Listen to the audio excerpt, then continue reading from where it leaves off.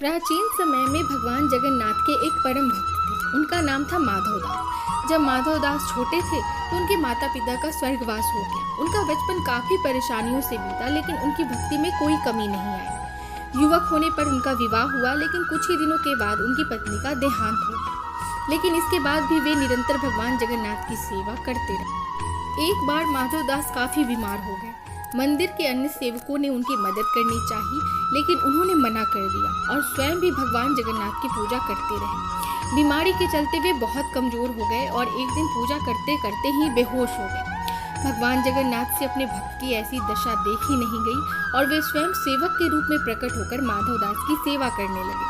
भगवान द्वारा सेवा करने से माधवदास जल्दी स्वस्थ हो गए और उन्हें इस बात का एहसास हो गया कि ये सेवक नहीं बल्कि स्वयं भगवान जगन्नाथ हैं।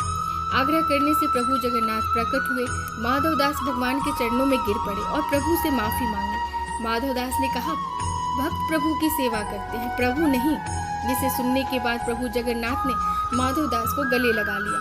माधवदास ने भगवान जगन्नाथ से पूछा कि आप तो सर्वशक्तिमान हैं, आप तो मुझे ऐसे ही ठीक कर देते, फिर आपने मेरी सेवा क्यों की? भगवान जगन्नाथ ने कहा, हर इंसान को अपने कर्मों का फल भुगतना पड़ता है। अगर तुम अभी ये परेशानी नहीं उठाते तो तुम्हें अगले जन्म में ये दर्द सहना पड़ता, इसलिए मैंने तुम्हारी सेवा की है।